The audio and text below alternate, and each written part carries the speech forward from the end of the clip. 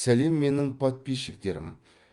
Мен бүгін сіздерге басымнан өткен қорқынышты оқиғаларымды айтамын. Достар, видеоға лайк басып, комментарийге өздерінің оқиғаларында жазсаңдар болады. Ал қазір жейтін заттарыңа анау, мынау дегенде дайындап қойыңдар. Ал біз бастаймыз.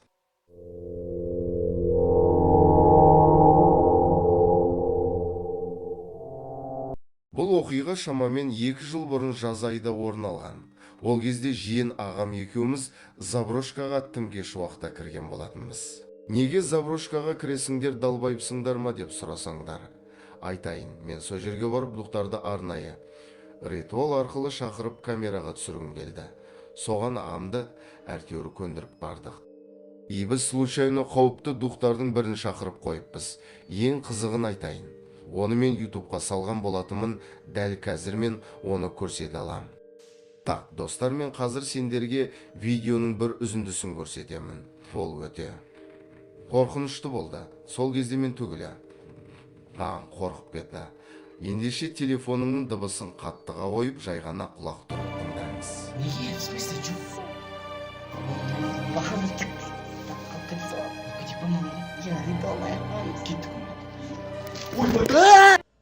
Блять, достар, бағана ғана сіздер бір заброшкада, походу сол дәу заброшка болды, бір басқа бөлмеден или төбеден ба бір ебать қорқынышты дауыс естілді, достар.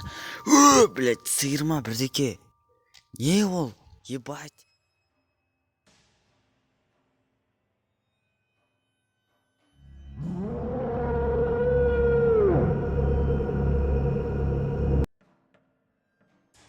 Шынымда айтсам, мен кішкентай кезімде қорқынышты оқиғалар жиі болатын. Сол кезде мен кез келген нәрселерден қорқа беретін едім.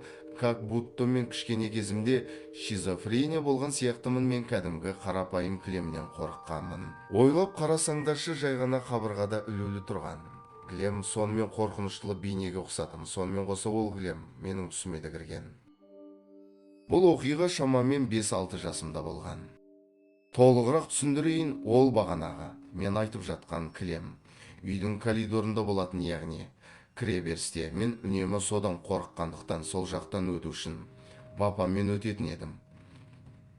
Ол кілемді алып тастады, қазір ол кілем гаражда. Достар, қазір мені алжыған шизик деп ойлап қалмаңыздар, бірақ мен әлі күнге дейін ол кілемнен неге қорыққанымды білмеймін.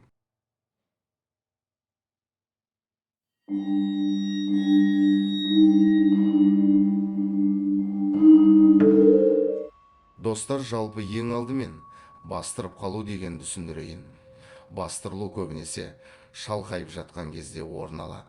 Ол кезде сен оянып кетесің, көзіңді ашаң, алдыңда жымба, шайтан ба бірдеке отырады. Саған қарап, ал сен қозғала алмай қаласың. Міне, мен дәл осындай ситуацияда болғанмын. Қазір оны егжей-тегжейлі баяндап беремін.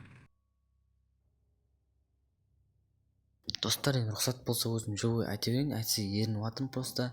Ол кезде мен прям есімде бар, именно 1 сентябрь, мен походу 2019-2018 жылдары мен 4-ші классқа өтейін деп жатқан кезде ма, сол кез мен түнде жатырмын, жатырмын да, и былай өзім шалқайып жатырмын, бірақ басым бұрылып жатты да, көзімді ашамын ғой, и бір аяқ тұр ғой, кәдімгі аяқ дегенде именно ол бір құстың бар, тауықтың ба, бір 3 тырнақты аяқ бар емес па, именно соны көрдім мен. Әлі күнге шейін сол силуэт есімнен кетпейді.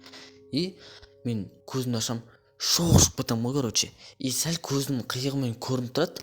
Реально, валлахи, біреу бүйтіп қарап тұр маған. Ёп твою мать дегенсің ғой. И сол кезде жаттым, бір қозғалғым, қашқым келіп тұр да, өйткені спокойно жатамайсың ана кезде, никак спокойно жатамайсың. И сол кезде бір походу таң атып келеді, и білмеймін, таң атқаннан кейін мен бұрылып мен кроватьқа мініп кеттім ғой, кроватьта апа жатқанда, дәу кроватьта, и бағанағы жерге қараймын ғой, и ана силуэт ше әлі тұрған ақы, бәлә. Бірақ ол кәдімгідей еріп жоғалып бара жатыр да. Вот сол айтқанда онша емес сияқты көріну, бірақ на самом деле өте экшн болды. иә достар, осымен видеоны аяқтаймын. Ендігі әрине екінші час шығады, менде сағат шығады. Сол кезде тағы да басқа историяларда айтып беретін боламын. Ал ендеше достар, сау болыңдар.